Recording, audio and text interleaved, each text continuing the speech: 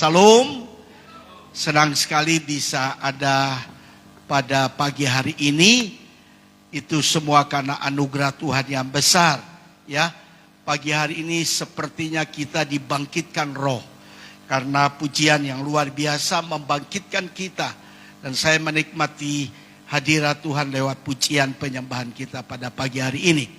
Nah, Bapak Ibu, saudara-saudara sekalian, kita telah melewati tahun 2024. The year of breakthrough, tahun terobosan.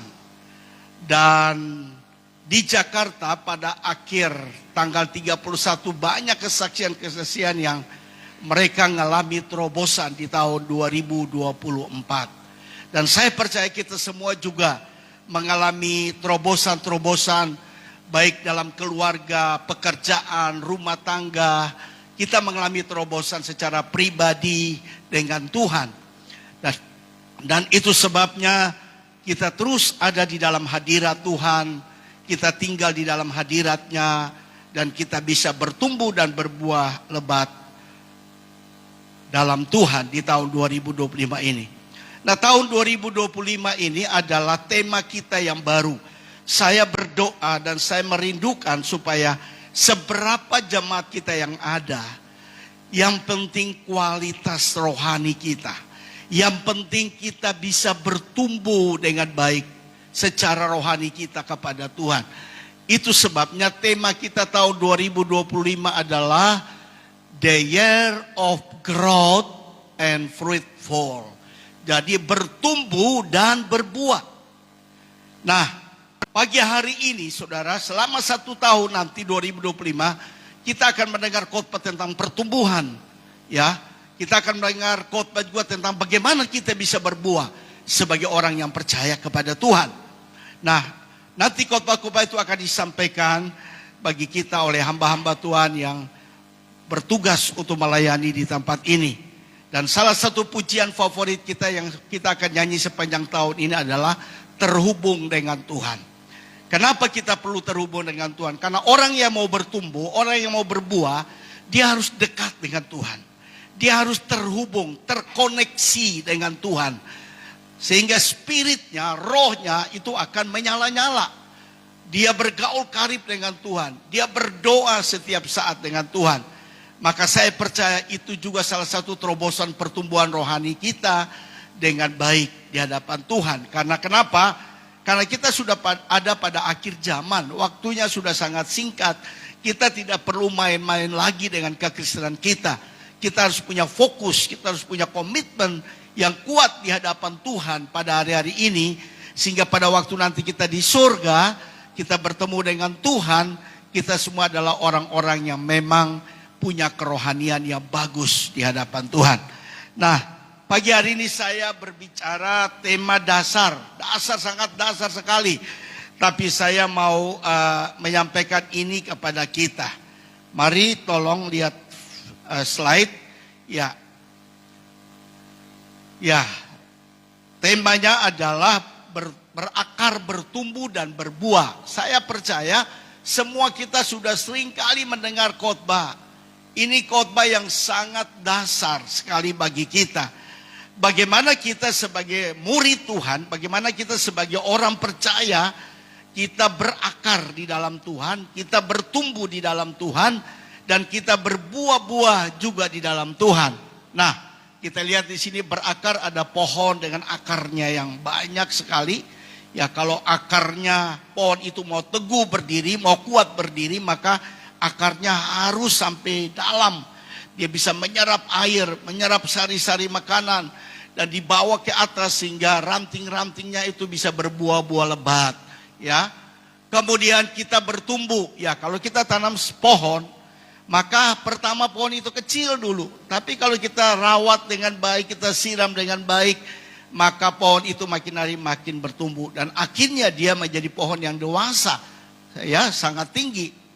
Kemudian baru kita masuk di dalam berbuah. Nah, itu dia.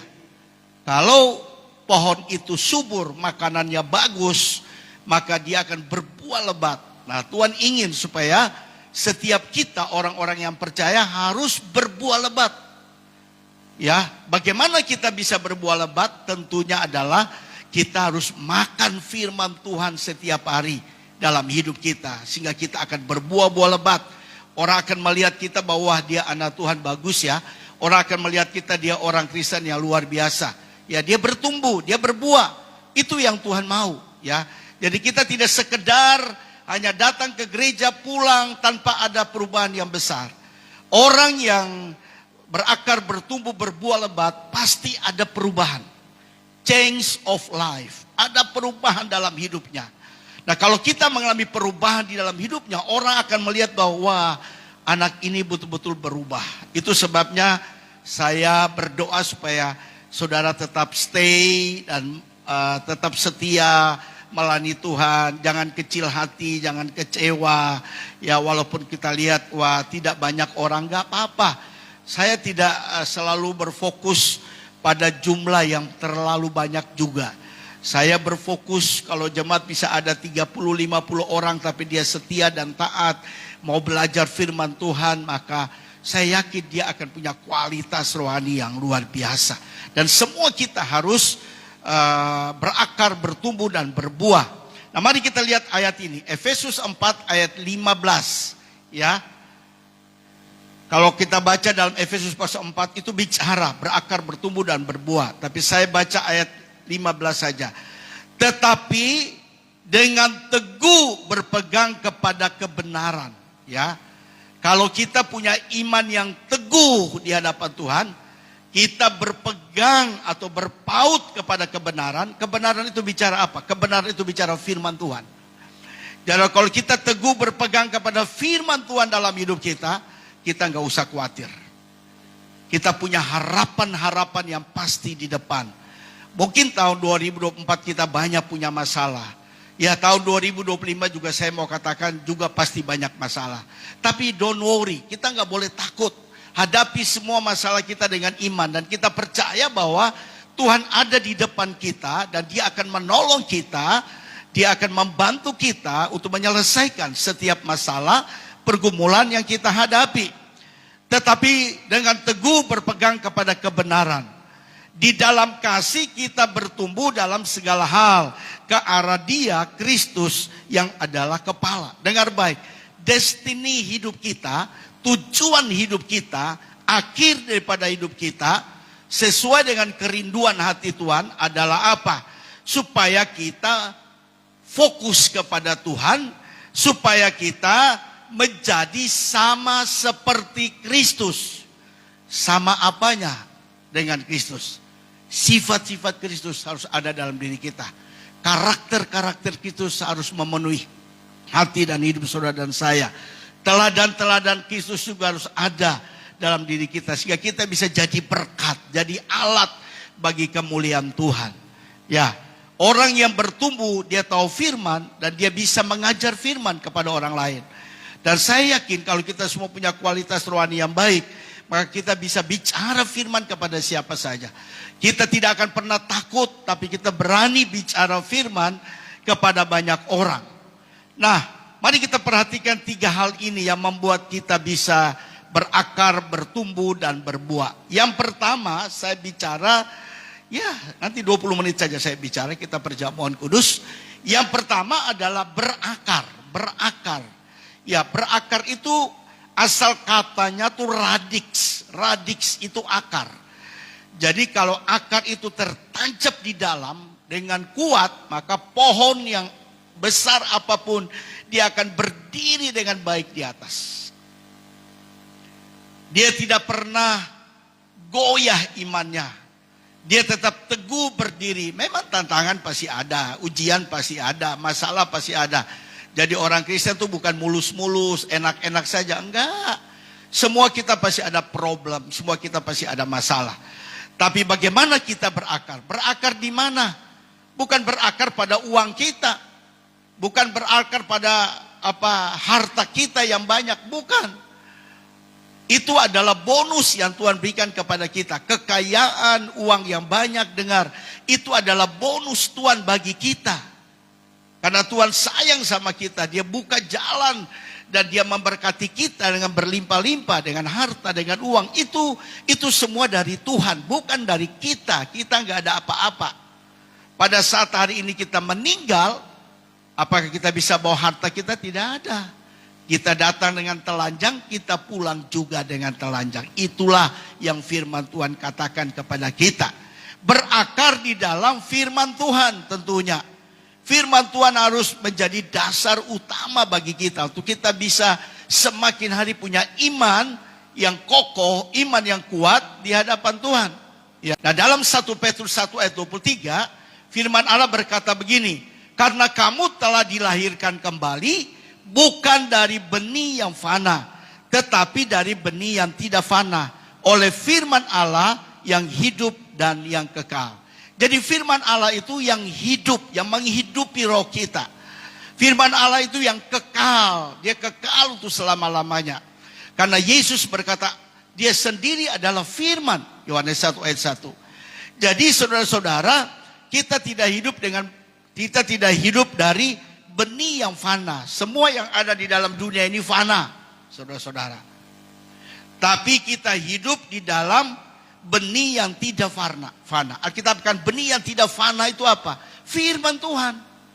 Nah, kalau kita punya lifestyle, kita punya gaya hidup untuk mencintai firman dalam hidup kita, maka saya percaya kita akan terus berakar di dalam Tuhan dan kita bertumbuh dan berbuah dalam firman Tuhan.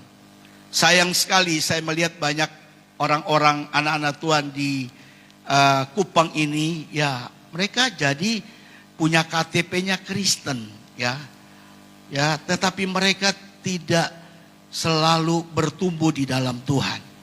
Kekristenannya asal-asal saja, ya. Kalau ditanya kamu Kristen, ya saya Kristen. Tapi kalau kita mau koreksi diri kita hari ini, kita mau introspeksi diri kita hari ini, apakah kita sudah berakar kuat di dalam firman atau tidak?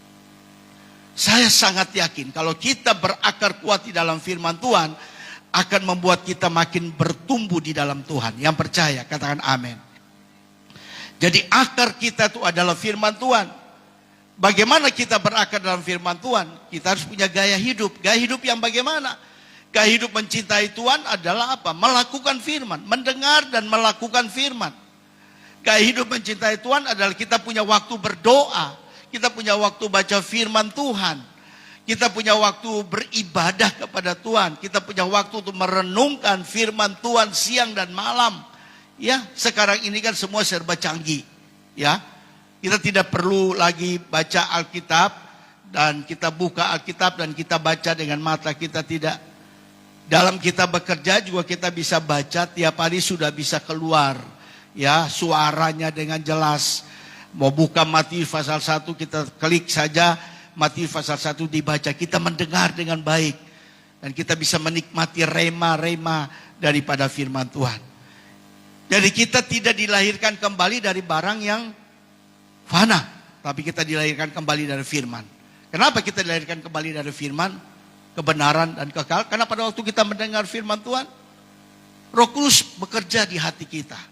Roh Kudus menegur kita, apa yang kita sedang buat, apa yang sedang kita lakukan. Roh Kudus yang menginsafkan kita untuk tinggalkan dosa yang kita lakukan. Sehingga kita akhirnya berkenan, layak, dan kudus. Yang paling penting adalah kita hidup kudus karena firman Tuhan yang bisa menguduskan hidup kita. Yang percaya, katakan amin. Jadi firman Tuhan mengajarkan kepada kita bahwa kita hidup oleh karena firman Tuhan. Jangan lupa akan firman Tuhan. Segala kebaikan-kebaikan yang kita miliki sampai hari itu karena kita berakar kuat di dalam firman Tuhan. Amin. Satu ayat lagi, Matius 4 ayat yang keempat, ya. Tetapi Yesus menjawab, ada tertulis, manusia hidup bukan dari roti saja, tapi dari setiap firman yang keluar dari mulut Allah. Ya. Jadi Alkitab dengan tegas berkata manusia hidup bukan karena roti saja. Kalau kita makan roti, ya pasti kita akan lapar lagi. Tapi kalau kita makan firman, roti itu hanya apa? Menghidupkan jasmani kita. Bagaimana dengan roh kita? Roh kita itu bisa hidup karena kita makan firman. Itu sebabnya dengar baik. Bukan karena kita doyan makan, mau makan apa saja. Boleh, bisa. Ya, itu hanya menyehatkan tubuh kita. Tapi kalau kita makan firman Tuhan setiap hari dalam hidup kita, maka roh kita akan bertumbuh. Pelayanan kita juga akan bertumbuh, saudara-saudara. Tapi kalau kita hanya sekedar melayani, ya khotbah, ngajar sekolah minggu, ngajar sekolah minggu, tanpa kita punya dasar yang kuat, maka pelayanan kita akan begitu-begitu saja, tidak akan berkembang. Saya sejak muda, saya sudah baca firman berulang-ulang kali, melakukan firman berulang-ulang kali, sehingga saya bisa menjadi pengkhotbah, saudara-saudara. Itu sebabnya saudara-saudara, kita harus makan firman. Yang percaya katakan amin. Bilang sama kiri kanan, banyak makan firman. Bilang amin.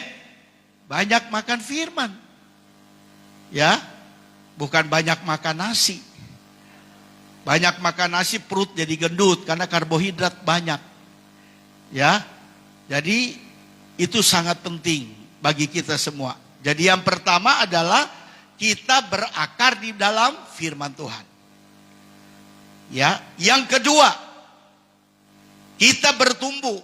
Nanti khotbah-khotbah selanjutnya akan bicara pertumbuhan, khotbah-khotbah akan berbicara berbuah. Tapi ini saya hanya kasih gambaran awal saja. Yang kedua adalah bertumbuh. Ya, bagaimana kita bisa bertumbuh? Yang pertama, kita memiliki hubungan persekutuan dengan Kristus. Artinya kedekatan kita dengan Tuhan, keterhubungan kita dengan Tuhan, itu yang membuat kita bisa bertumbuh. Lewat apa? Lewat persekutuan pribadi kita dengan Tuhan. Lewat persekutuan kelompok sel. Lewat persekutuan bersama-sama saudara-saudara seiman di dalam gereja Tuhan. Ibadah itu adalah persekutuan yang Tuhan inginkan ada dalam hidup kita sebagai orang-orang yang percaya kepada Tuhan. Jadi hubungan kita dengan Tuhan itu harus baik. Kalau hubungan kita dengan Tuhan baik, Tuhan pasti memberkati hidup kita. Kalau hubungan kita dengan Tuhan itu tidak baik, Tuhan juga tidak akan berbuat apa-apa bagi kita. Tuhan masih menunggu supaya hubungan kita dengan Tuhan baik, hubungan kita dengan sesama manusia juga baik. Maka itu membuat kita bisa bertumbuh dengan pesat dalam iman kita kepada Tuhan. Yang kedua adalah menjadi umat Tuhan yang bertanggung jawab. Ini penting. Kekristenan orang percaya dituntut untuk tanggung jawab. Kalau kita diberikan tanggung jawab oleh Tuhan, terima itu dengan iman dan lakukan itu semaksimal mungkin kita. Jangan menerima tapi tidak mau melakukan. Harus menerima tanggung jawab, baru kita bisa lakukan. Ya, kalau dikasih tanggung jawab jadi koordinator doa, betul-betul kita harus menjadi koordinator doa yang baik, menjadi contoh yang lain. Ya, sehingga kita bisa melihat bahwa orang-orang yang mengikuti kita dalam doa punya semangat, punya spirit, punya roh yang kuat juga untuk datang berdoa. Tapi kalau kita tidak punya semangat, tidak punya gairah untuk membawa orang untuk datang doa, hanya nama doang, namdong, maka orang-orang tidak akan tertarik datang doa. Nah, saya berdoa supaya tahun 2025 ini juga kita harus berubah. Semua tugas tanggung jawab yang kita kerjakan dengan baik. Saya bersyukur ya, panitia Natal saya dengar tempat ini hampir gak muat ya kemarin Natal. Tapi saya berdoa bukan pada hari Natal saja yang tidak muat. Ya, bisa saja orang datang ke Natal karena ada celebrationnya. Ya, Natal itu bukan makan-makan, bukan. Natal bukan hanya upacara keagamaan saja, bukan.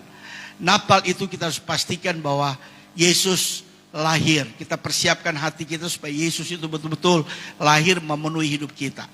Nah, itu sebabnya saya yakin ya, dengan tanggung jawab yang diberikan kepada mereka sebelum saya ke Jakarta 2 bulan yang lalu, ini baru saya datang lagi, saya menunjukkan Jesslyn, kamu jadi ketua Natal tahun ini. Dan dia mempersiapkan dengan baik. Dan saya melihat bahwa banyak orang diberkati Tuhan, banyak orang dilawat Tuhan. Gak apa-apa, mereka datang pada hari Natal, no problem. Kita jadi berkat bagi mereka. Yang percaya, katakan amin. Jadi kita harus bertanggung jawab, melakukan semua tugas tanggung jawab. Bulan April akan ada seorang hamba Tuhan yang saya bawa untuk saya mau bikin Natal 2 malam di sini. Betul-betul 2 malam. Jadi saya akan beritahukan, saya akan datang dengan hamba Tuhan. Hamba Tuhan itu kalau Anda lihat di YouTube namanya Verona. Itu orang Alor, tetapi dahsyatnya luar biasa dia. Urapan mujizatnya itu kuat sekali ya. Nanti saya sudah dengan dia ke Malaysia dan saya lihat sendiri dia punya pelayanan dan dia juga mengembalakan gereja Jesus Christ di Jakarta dan dia sangat dekat dengan saya dan saya akan bawa dia datang di sini dan 2 malam dia akan bikin KKR. Apakah nanti sepakat panitia kita mau bikin di bawah atau di luar atau di dalam, nanti tergantung. Yang penting nanti bulan April itu kita ada KKR. Apakah KKR pasca, apakah jadi Pak Stevi nggak boleh kemana-mana. April. Fokus untuk kita punya kegiatan di sini ya. Haleluya. Oke, amin. Amin ya, amin, amin. Kalau udah bilang amin saya udah tenang gitu. Kalau tidak amin tuh dia sebentar sini, dia juga mirip kayak saya. Kemana-mana juga, laku keras ya. Yang ketiga adalah untuk kita bisa mengalami pertumbuhan, membawa semua orang percaya menjadi murid Kristus. Itu paling penting. Ya. Menjadi semua orang percaya murid Kristus, bukan hanya dia bertobat saja, tapi bimbinglah dia, arahkan dia, tuntunlah dia untuk lebih dalam lagi mencintai Tuhan, lebih dalam lagi mengenal pribadi Yesus, sehingga dia bisa mengalami pertumbuhan. Ya, kita kan bersyukur kita punya 3 buku 3 buku tentang firman Tuhan yang dibuat oleh ketua BPP kita Pendeta Dr. Robin Adi Abraham. 3 buku itu materinya sangat-sangat bagus. Ya.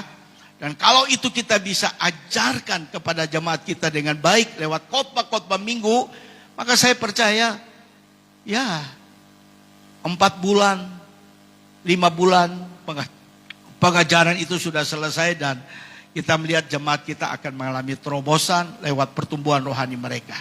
Ya, pertumbuhan gereja itu dapat dilihat dari 3 hal. Ya, pertumbuhan gereja dapat dilihat dari 3 hal. Ya, yang pertama adalah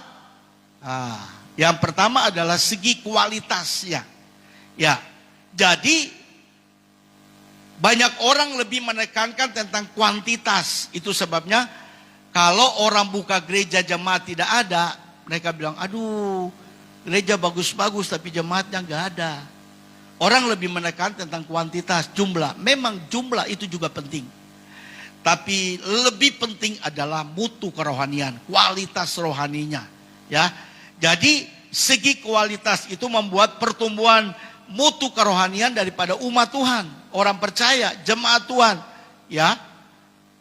Jadi kualitas penting. Mari kita lihat Kisah Rasul 2 ayat 42 berkata begini. Kisah 2 ayat 42. Mereka bertekun dalam pengajaran rasul-rasul dan dalam persekutuan, dan mereka selalu berkumpul untuk memecahkan roti dan berdoa.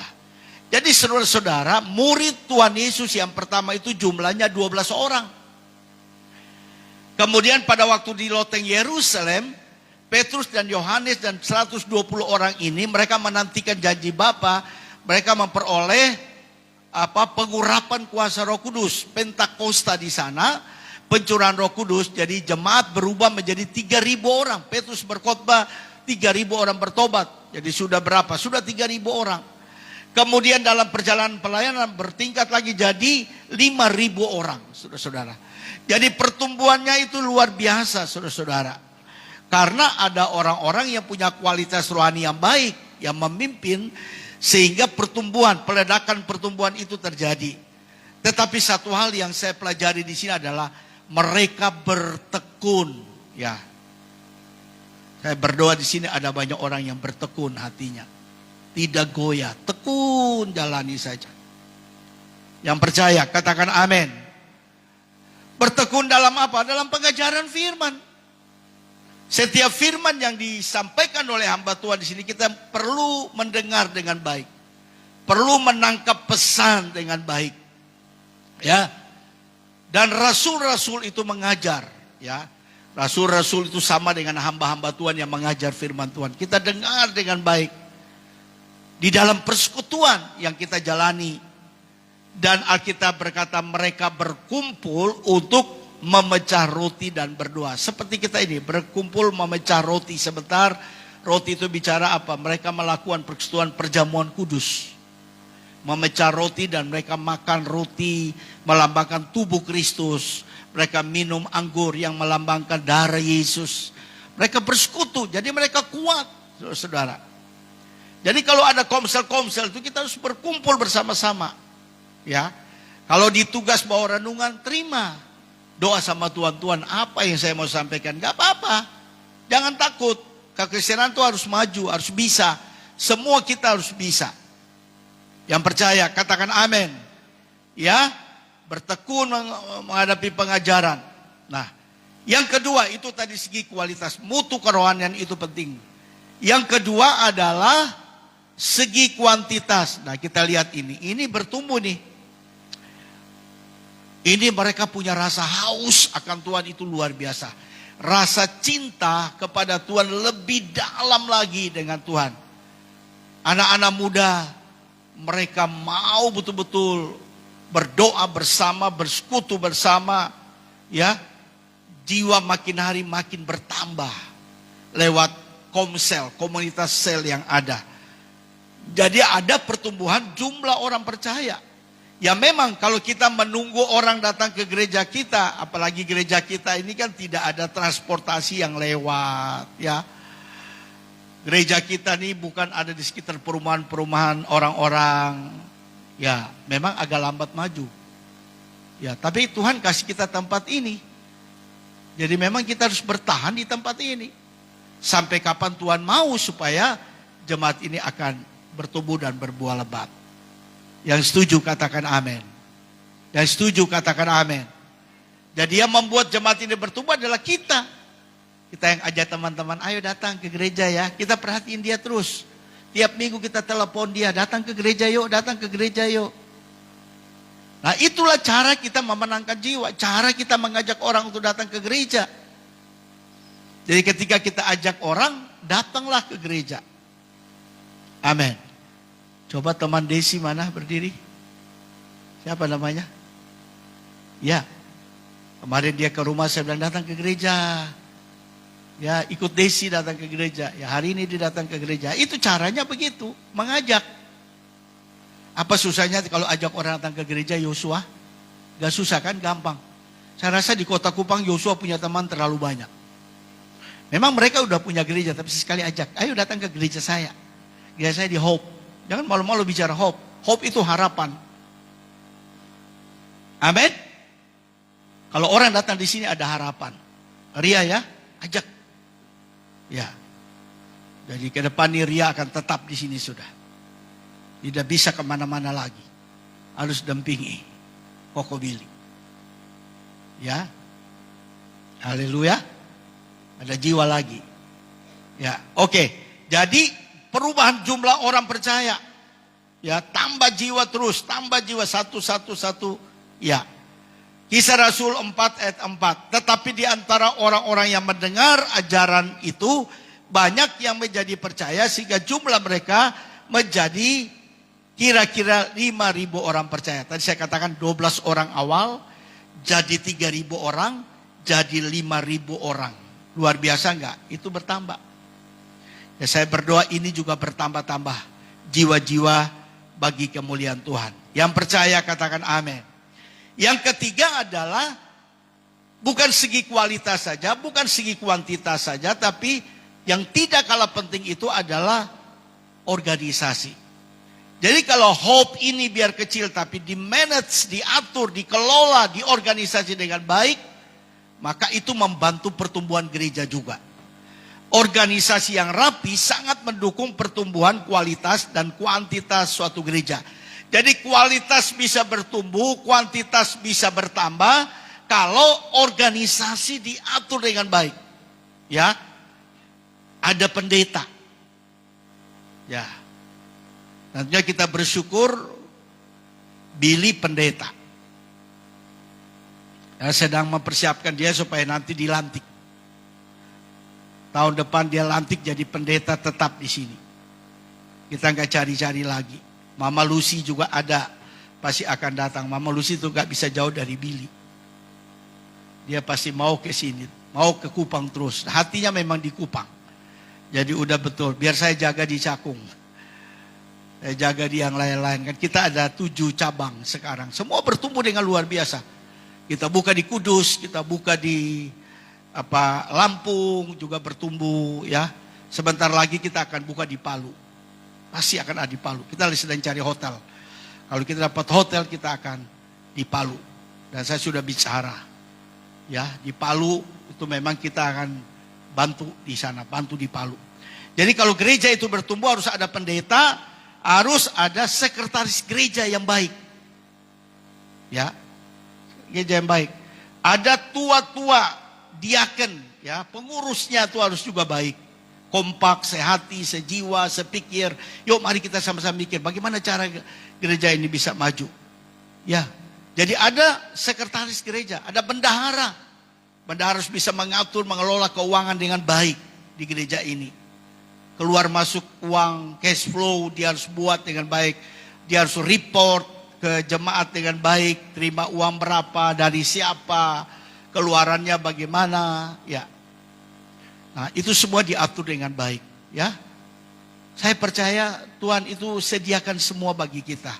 Yang penting kalau kita mau hatinya sungguh-sungguh melayani Tuhan. Ya. Tadi pagi saya di rumah, Monce ketemu saya. Dia kasih amplop sama saya. Ternyata di dalam amplop itu ada uang 1 juta. Kemudian, ini uang dari mana? Dia bilang. Ini orang kirim untuk GB Hope. Ya. Jadi Kapolda NTT itu hebat, luar biasa. Dia bagi semua gereja yang ada di Kupang ini, dia bagi uang dan ucapan Natal. Wah, seumur hidup saya dengar dari teman-teman pendeta baru kali ini Kapolda memperhatikan gereja-gereja dan menyumbang gereja-gereja. Bayangkan aja, Kupang ini berapa banyak gereja. Dikasih semua satu orang 1 juta. Luar biasa. Itu dahsyat. Itu bagi saya itu sesuatu yang dahsyat. Bukan karena uangnya. Tapi karena memang perhatiannya kepada gereja-gereja di Kupang itu sangat luar biasa. Jadi saya berdoa supaya semua kita tetap bergerak di dalam kasih Tuhan dan kuasa Tuhan. Dan kita juga sudah habis pengurus toh. Jadi nanti kita akan meeting dan kita akan mau menunjukkan orang-orang lagi yang betul-betul mau bertanggung jawab untuk mengatur gereja ini dengan baik. Kalau gereja kecil ini kita bisa mengatur dengan baik, Tuhan akan percayakan besar, kita juga bisa mampu mengatur dengan baik.